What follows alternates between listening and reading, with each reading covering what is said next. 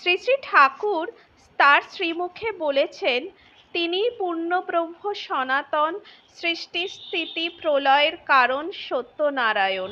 এই প্রসঙ্গে শ্রী শ্রী ঠাকুরের অন্তরঙ্গ ভক্ত ও আশ্রিত শ্রী সদানন্দ চক্রবর্তী মহাশয় যে ঘটনার বিবরণ দিয়েছেন, আসুন শুনে নেওয়া যাক ছন্নাবতার শ্রী শ্রী রাম ঠাকুর গ্রন্থ থেকে।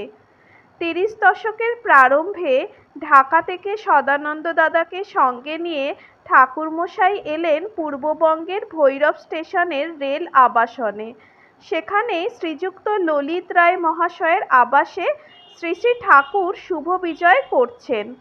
প্রতিদিন, বিশেষ করে ছুটির দিন সকাল সন্ধ্যায় অপেক্ষাকৃত অধিক ভক্তকুল শ্রী শ্রী ঠাকুর সন্নিধানে এসে তার অমৃতময় কথা শ্রবণ করে আনন্দ লাভ করছেন।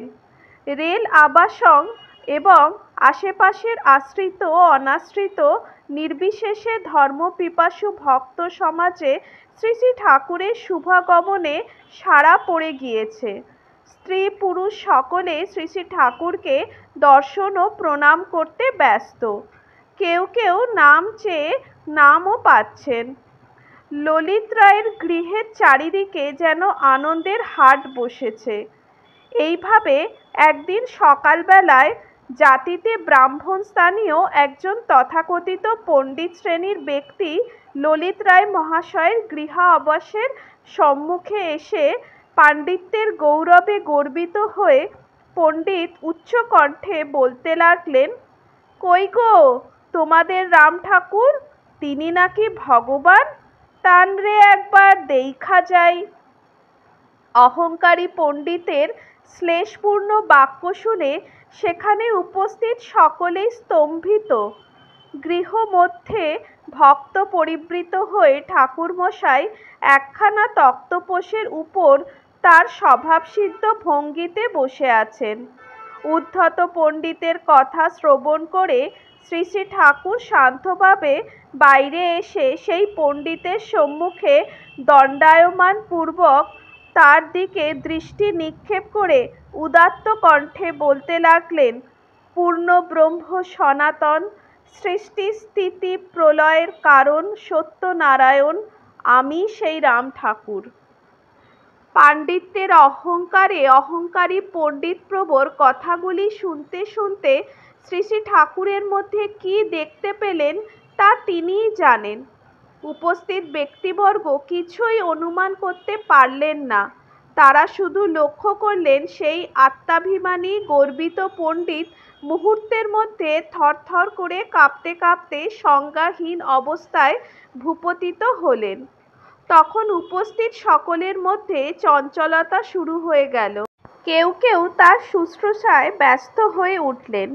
চোখে মুখে শিরে জলক্ষেপণপূর্বক তাকে সকলে ধরাধরি করে যে ঘরে ঠাকুরমশায় আছেন সেখানে ঘরের মেঝেতে শুইয়ে দিলেন। শ্রী শ্রী ঠাকুর পুনরায় তার পূর্ব নির্দিষ্ট আসনে বসে নির্লিপ্তের ন্যায় সব কিছু অবলোকন করে যেতে লাগলেন।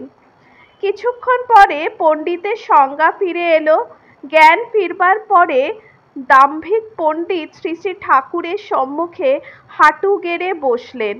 তারপর হাত জোর করে কম্পিত কণ্ঠে ঠাকুরের শ্রীমুখ পানে চেয়ে শাস্ত্র নয়নে গীতার 11 অধ্যায় আবৃত্তি করতে লাগলেন। সদানন্দ দাদা বললেন যে গীতার 11 অধ্যায় বিশ্বরূপ দর্শন সম্পূর্ণ আবৃত্তি করতে মুহুর্মুহু কেঁপে উঠছিলেন। তখনও পর্যন্ত সম্পূর্ণ সুস্থ হতে পারেননি। যতক্ষণ তিনি গীতার শ্লোকগুলো পাঠ করছিলেন, ঠাকুরমশাই তার আসনে স্থিরভাবে বসেছিলেন। আবৃত্তি শেষে ব্রাহ্মণের অবস্থা দেখে ঠাকুর বললেন, ওনারে একটু গরম দুধ খাইয়ে বাড়ি পৌঁছা দেন, একটুকু বিশ্রাম করলেই ঠিক হয়ে যাইব। জয় রাম, জয় গোবিন্দ। শ্রী শ্রী ঠাকুরের মহিমামণ্ডিত এই অমৃত মধুর কাহিনী আপনাদের কেমন লাগলো অবশ্যই আপনারা কমেন্ট বক্সে জানাবেন। ভালো লাগলে একটা লাইক ও সাবস্ক্রাইব অবশ্যই করবেন।